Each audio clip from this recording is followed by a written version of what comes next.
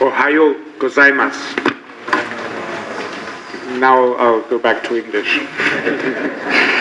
Honorable representatives of the Ministry of Education, Culture, Sports, Science and Technology, honorable representatives of the Ministry of Foreign Affairs of Japan, representatives of the Hiroshima University and Tsukuba University. First, I'd like to greet you and congratulate you on taking this initiative and organizing this annual forum. Dear fellow guests, ladies and gentlemen, it's an honor for me to attend this as a guest of the government of Japan, and I'd like to express my gratitude to the government of Japan. I would like to talk about the significant progress that's been made in education globally and the challenges we still have to overcome.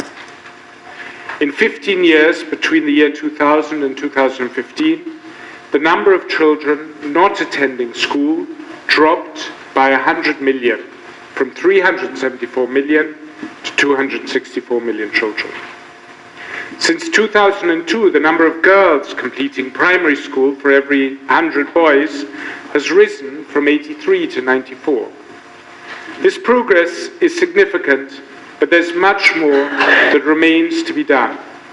We are still facing serious challenges if we want to reach the goals prescribed by SDG 4, quality education for all.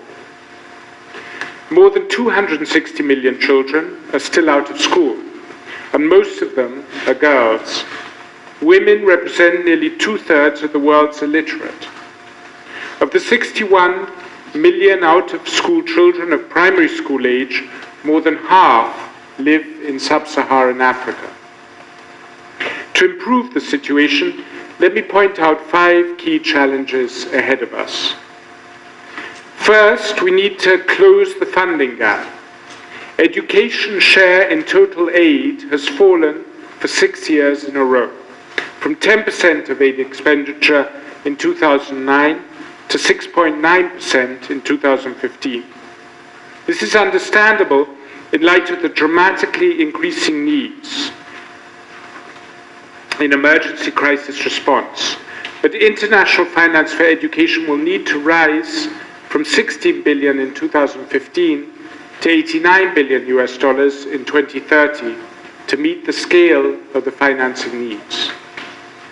We must work with all possible partners to increase and diversify the sources of funding and to develop new approaches that go beyond official development assistance.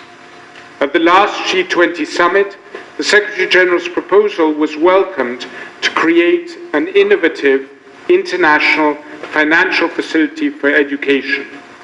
The facility will be launched at the G20 summit in Argentina in November 2018.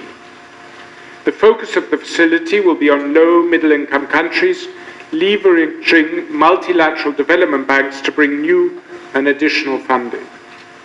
The recent Global Partnership for Education's financing conference in Dakar was an important opportunity to turn political commitment into tangible support, and we're most grateful for Japan's generous pledge there.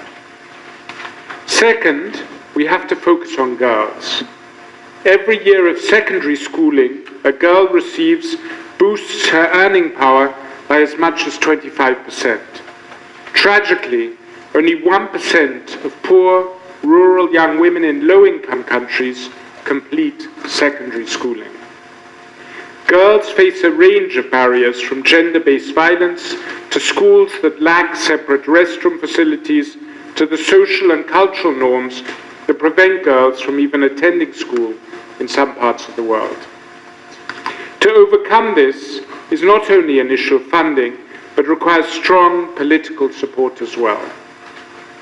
Third, we must emphasize lifelong learning. We're witnessing deep changes to the workforce. A report issued in late 2017 by the McKinsey Global Institute estimated that between 400 million and 800 million of today's jobs will be automated by 2030. Artificial intelligence and other technologies will have a dramatic impact on labor markets and the fabric of societies. Major technological and societal changes will also bring significant opportunities. But these will require an adapted workforce with different skill sets.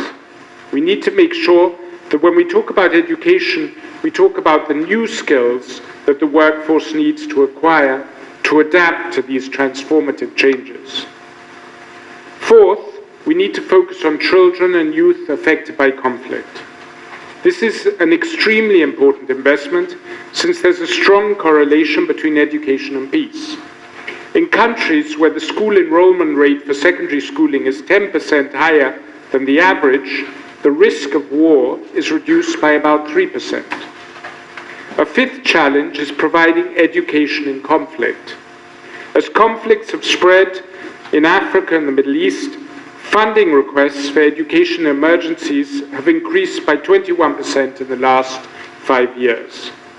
75 million children aged 3 to 18 live in countries facing war and need educational support.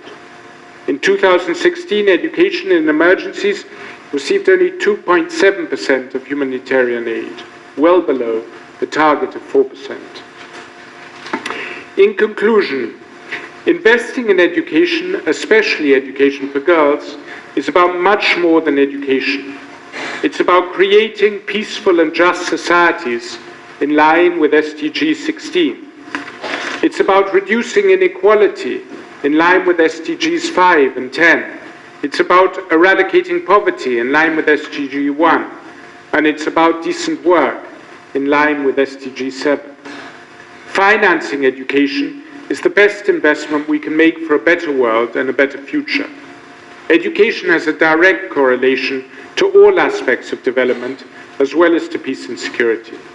It's not only the right thing to do, it's also an extremely smart investment with a robust bottom line. Thank you very much.